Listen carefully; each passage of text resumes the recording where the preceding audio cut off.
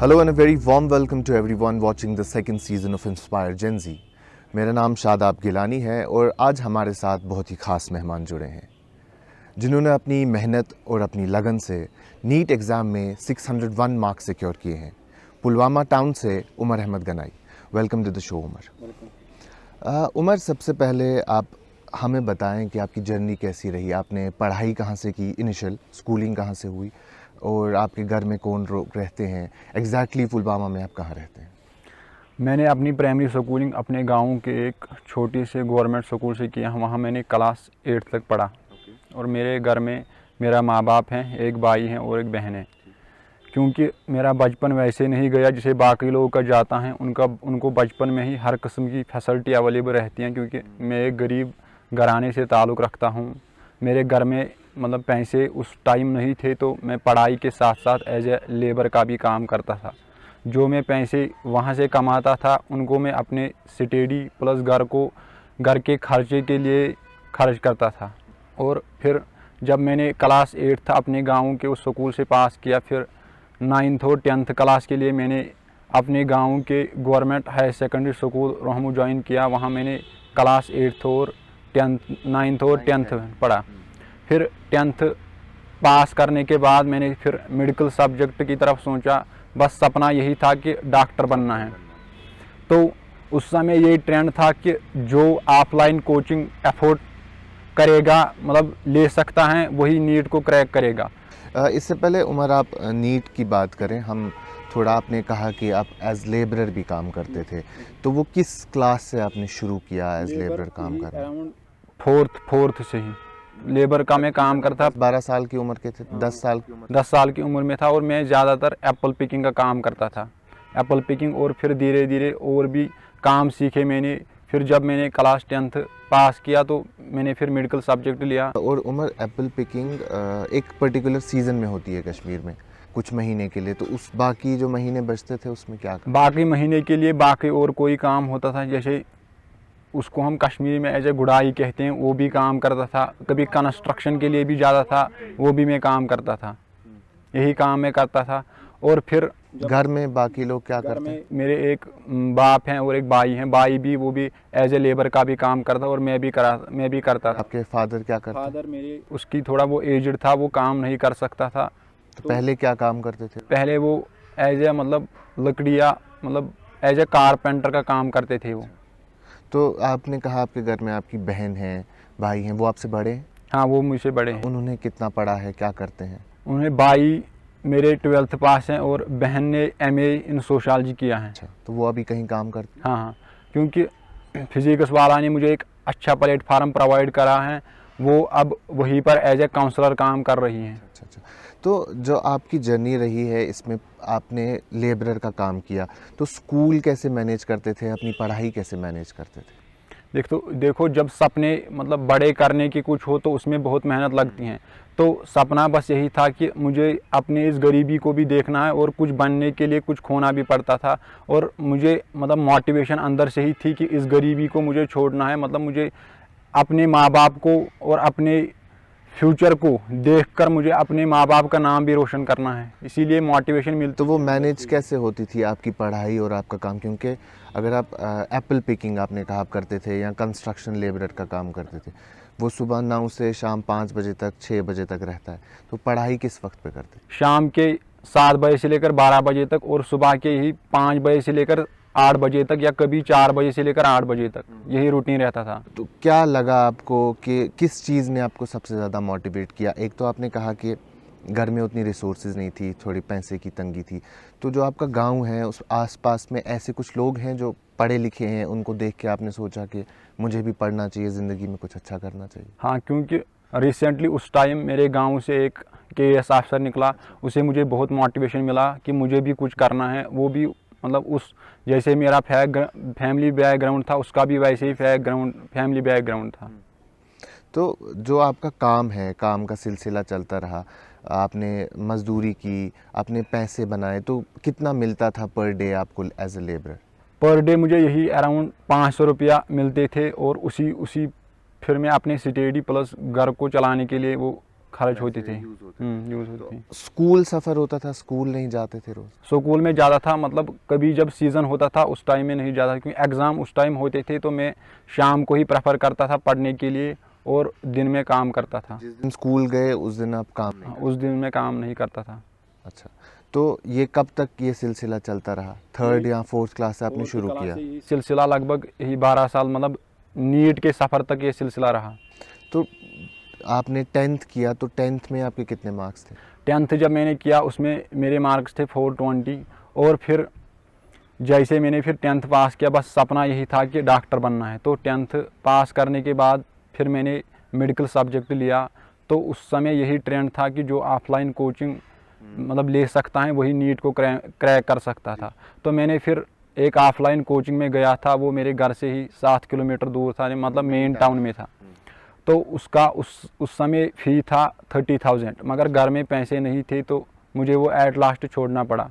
तो जब मैं घर वापस आया तो मुझे लगा कि मेरा डॉक्टर बनने का सपना पूरा नहीं हो जाएगा। तो फिर मैंने यूट्यूब पर एक वीडियो देखा जिस पर एक लड़का, यूपी का लड़का है, नाम मुझे इस टाइम याद नहीं है, वो अलग सर के साथ बात कर रहा, इंटरव्यू हो रहा था। उसका जो फैमिली बैकग्राउंड था और मेरा जो फैमिली बैकग्राउंड था वो बिल्कुल सेम था। तो उस वीडियो से मुझे यही मोटिवेशन मिली, अगर आपके पास जज्बा है हार्ड वर्क करने का, पैसे आपके ड्रीम को रोक नहीं सकते हैं। तो फिर मैंने 1 महीना पूरा लेबर का काम किया और फिर मैंने 6,000 का एक फ़ोन लाया, फिर मैंने उसी से किया। पूरा क्लास 11th मैंने यूट्यूब प्लस सेल्फ स्टडी से किया और 12th भी मैंने यही से किया। और इस टाइम में और पेंटर का काम करता था, और रूटीन यही था कि शाम के 7 बजे से लेकर 12 बजे तक और 4 बजे से लेकर 8 बजे तक यही रूटीन था पढ़ने का। तो फ़ोन जो है आजकल हम देखते हैं छोटे बच्चों के पास भी होता है, तो आपने किस उम्र में फ़ोन ख़रीदा था? फ़ोन मेरे यही जब मैं क्लास 11th में था उसी टाइम मैंने फ़ोन ख़रीदा। अच्छा, तब तक फ़ोन नहीं था, कोई भी फ़ोन नहीं था? तब तक कोई भी फ़ोन नहीं था। तो यूट्यूब या आपने कहा कि ऑफलाइन कोचिंग का बड़ा ट्रेंड रहता है कश्मीर में या ओवरऑल नीट क्रैक करने के लिए, लेकिन आज इतना टेक्नोलॉजी की वजह से इतनी आसानी हो गई कि यूट्यूब पे या इंटरनेट के ज़रिए हमको बहुत सी चीज़ें मिलती है जिससे हम अपनी पढ़ाई बेहतर कर सकते हैं। तो यूट्यूब से कितनी मदद मिली आपको? यूट्यूब से मुझे बहुत मदद मिली, क्योंकि वहाँ पर एक तो मैंने फिज़िक्स वाला को ही ज्वाइन किया, वो कंटेंट बहुत अच्छा डिलीवर कर रहे हैं, जो नीट में मतलब बिल्कुल वही आ रहा है, और पढ़ा भी अच्छा रहा है। तो उनकी फ़ीस कितनी है, वो अफोर्ड कर पाए आप? फीस उनका बहुत ही कम रहता है। मैंने उनके फिर नीट में उनका बैच लिया जिसका नाम है यकीन 2.0। पहले उसका फ़ी था 4200, फिर जब दिवाली का ऑफ़र आया उस पर उनका प्राइस कम होता है, फिर उसका 3600 हुआ, फिर मैंने लिया वो पैसे जमा करने के लिए भी आपको मजदूर? हाँ, वो भी।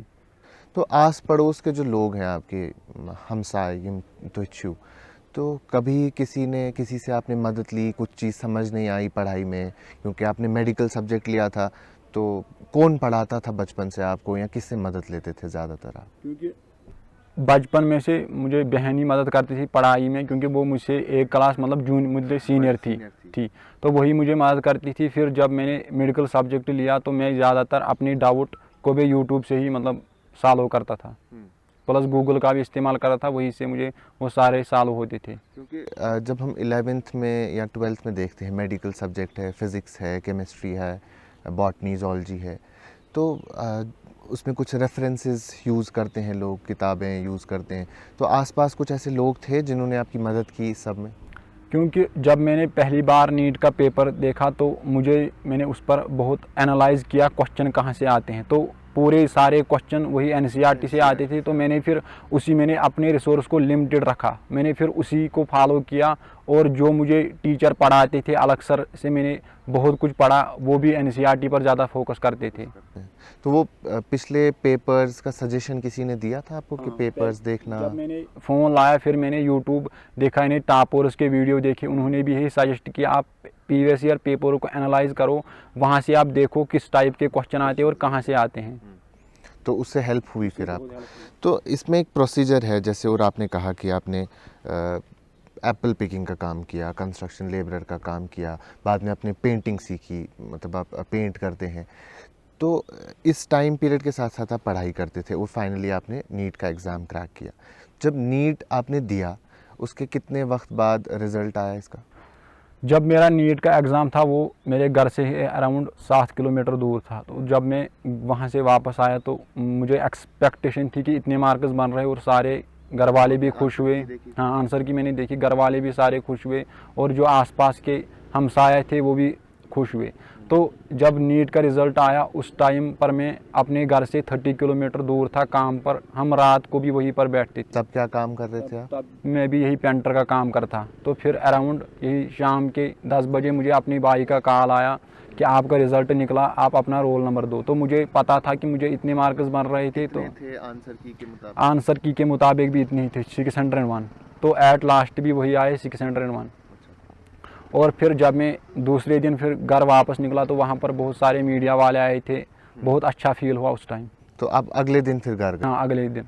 तो कैसा लगा? जैसे आपने कहा कि अच्छा फील हुआ, मीडिया वाले आए, अचानक से आप अपने आप को सोशल मीडिया पे देख रहे थे, टीवी पे देख रहे थे, आपके माँ बाप कैसा फील कर रहे थे तब? बहुत अच्छा फील करा है क्योंकि मैंने बचपन में मैं एक बहुत शाई पर्सन था, क्योंकि फर्स्ट टाइम अपनी लाइफ में मीडिया को फेस करना बहुत हेक्टिक लगता है।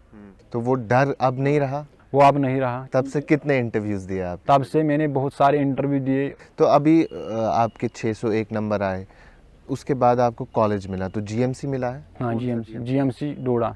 कितने महीने हो गए वहाँ पर? वहाँ पर मुझे 2 महीने हुए।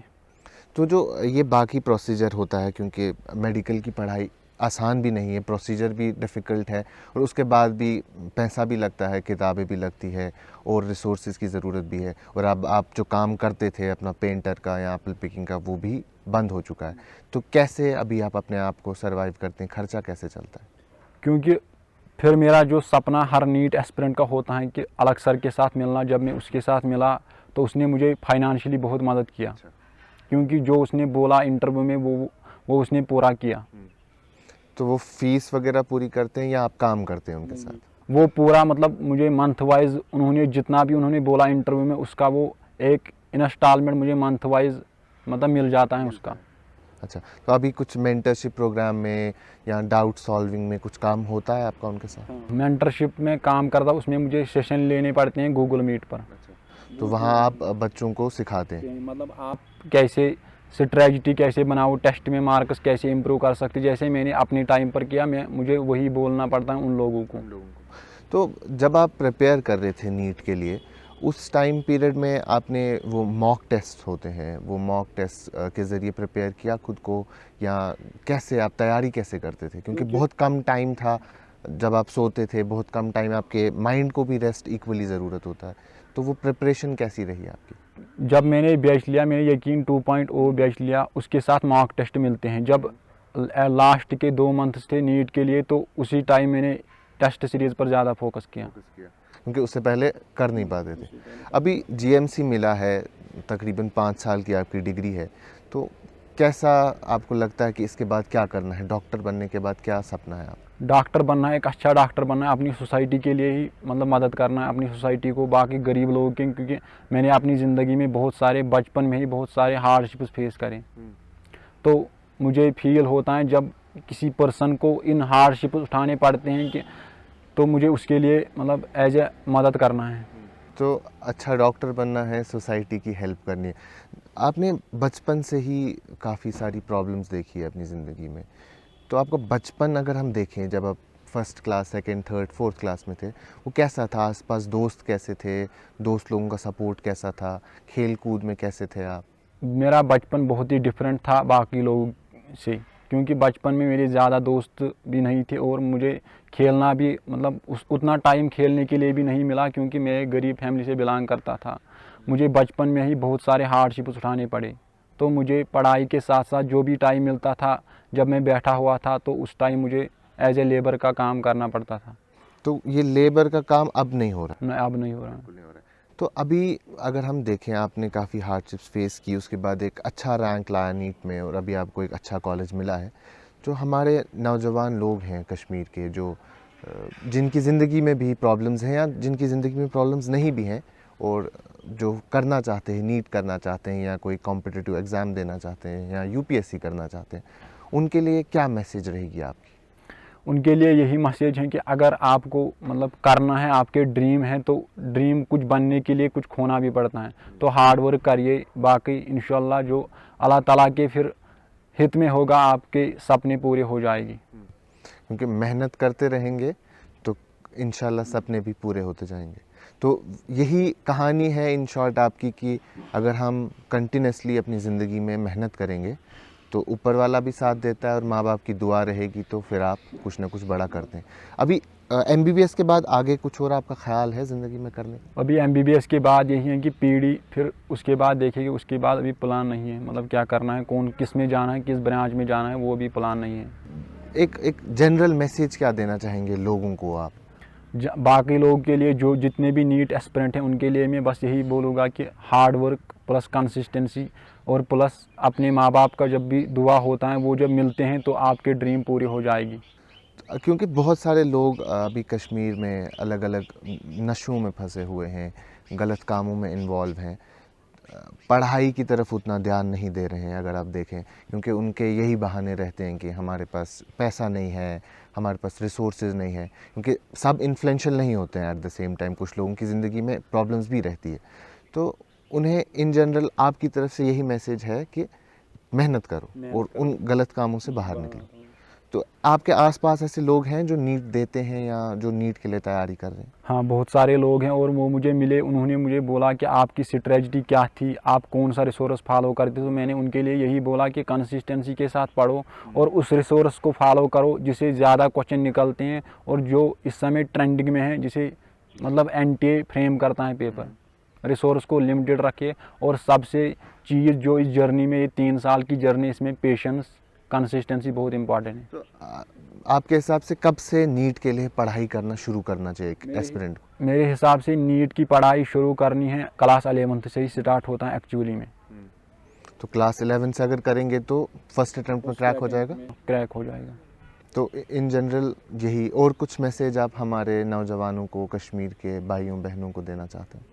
उनके लिए यही मैसेज है, जो भी आपका सपना है उसकी तरफ डेडिकेशन करके जुड़िए अपने सपने की तरफ और कंसिस्टेंसी रखिए, पेशेंस रखिए, क्योंकि ये 3 साल की जर्नी, इसमें कभी ना कभी सैचुरेशन लेवल आता है, saturation level ups and downs होते हैं, इसके बहुत सारे रीज़न होते हैं। कभी एकेडमिक्स में अच्छा नहीं जाता है, कभी घर वाले सपोर्ट नहीं करते हैं, उसकी तरफ आप मत देखिए, क्योंकि पेशेंस रखिए। So patience is the key to success. Success plus consistency. Thank you very much, Umar. So this was Umar Ganai. इनकी स्टोरी हम सब के लिए एक इंस्पिरेशन है कि कैसे इन्होंने ज़वाल से उरूज तक का सफ़र तय किया है, और उम्मीद करते हैं कि इसी तरह की कहानी आप तक और पहुंचाते रहेंगे। Thank you very much.